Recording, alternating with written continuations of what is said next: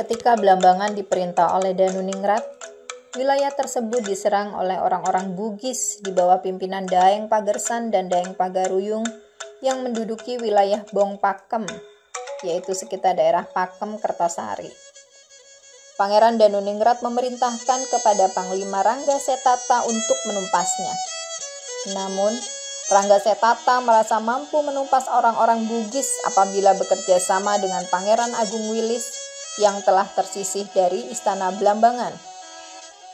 Pangeran Agung Wilis semula tidak bersedia memenuhi perintah Raja Blambangan.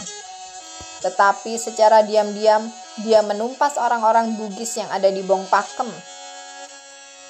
Setelah itu dia tidak menghadap Raja Blambangan dan kembali ke daerah pengasingannya di pantai selatan. Dari sini terlihat sikap agung dari Pangeran Agung Wilis yang cinta pada tanah airnya dan berjuang tanpa pamrih demi kepentingan rakyat serta kerajaannya. Pada pertengahan abad ke-17, laporan mata-mata Kompeni Belanda di Probolinggo mengatakan bahwa pedagang dari Inggris yang merupakan musuh utama Kompeni Belanda seringkali datang dan melakukan transaksi dagang di bandar sekitar Blambangan, sehingga menggelisahkan pihak Kompeni. Melihat keadaan itu, maka pihak Kompeni bersikap tegas untuk menaklukkan Blambangan. Permohonan Gubernur Semarang untuk menaklukkan Blambangan disetujui oleh Gubernur Jenderal. Pengerahan pasukan segera dilakukan oleh Erdurich Blenki yang ditunjuk sebagai komandan pasukan ekspedisi militer ke Blambangan. Ekspedisi militer ini mengikut sertakan pasukan-pasukan dari para bupati daerah di Jawa Timur seperti Madura Barat, Sumeneb, Surabaya, Pasuruan, Bangil, dan Probolinggo. Komandan Blenki dengan pasukannya berangkat dari Semarang pada tanggal 17 Februari 1767 untuk kemudian bergabung dengan pasukan dari para bupati di Jawa Timur.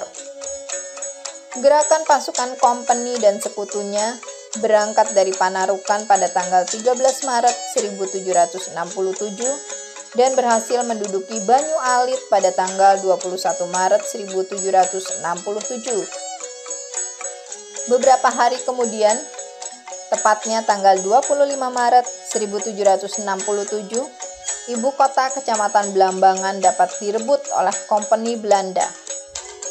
Dua orang kepala daerah, yaitu Gusti Kutabedah dan Gusti Ngurah, yang diangkat oleh Raja Mengui, masih tetap melakukan perlawanan, tapi akhirnya mereka ditaklukkan. Dengan ditaklukkannya Blambangan tahun 1767, tidak berarti bahwa daerah tersebut aman bagi Kompeni, karena ternyata timbul perlawanan yang digalang oleh Pangeran Agung Wilis, yang pada waktu itu ia dijadikan pangeran di Blambangan.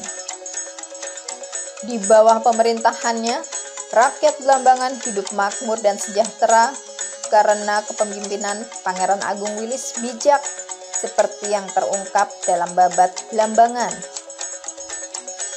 Mas Dalem Puger, yakni anak Pangeran Agung Wilis, mendesak ayahnya untuk menyerang benteng Kompeni Banyu Alit.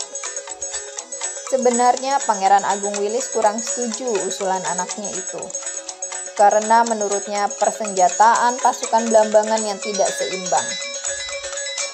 Namun demikian, karena desakan anak dan kerabatnya, maka Pangeran Agung Wilis akhirnya melakukan penyerangan terhadap benteng Kompeni itu. Pertempuran terjadi dengan seru, namun karena persenjataan Kompeni lebih modern, dengan cepat perlawanan Pangeran Agung Wilis dapat dipadamkan oleh pihak Kompeni. Merasa terdesak, pasukan Blambangan mundur, dan Kompeni mengejar serta membakar rumah-rumah penduduk. Dalam situasi kritis, Pangeran Agung Wilis meninggalkan istana, namun tertembak lutut kanannya dan lari ke dusun sekitar Banyu Alit. Pada tahun 1768, Pangeran Agung Wilis ditangkap dan keluarganya diasingkan ke Selong. Walaupun Pangeran Agung Wilis telah ditangkap dan diasingkan, tetapi pengaruhnya masih berlanjut. Besarnya pengaruh Pangeran Agung Willis tampak terlihat ketika Pangeran Jagapati atau Mas Rempek pada tahun 1771 dan 1772 melawan Kompeni Belanda. Rakyat Blambangan dengan sukarela membantu perjuangannya. Salah satu alasannya karena rakyat Blambangan beranggapan bahwa Mas Rempek merupakan reinkarnasi dari Pangeran Agung Willis yang sangat dihormati rakyat. Dalam sumber Kompeni, Mas Rempek juga disebut Pseudo Willis. Artinya, Mas Rempek meninggal beberapa hari setelah menderita luka dalam pertempuran di daerah Bayu.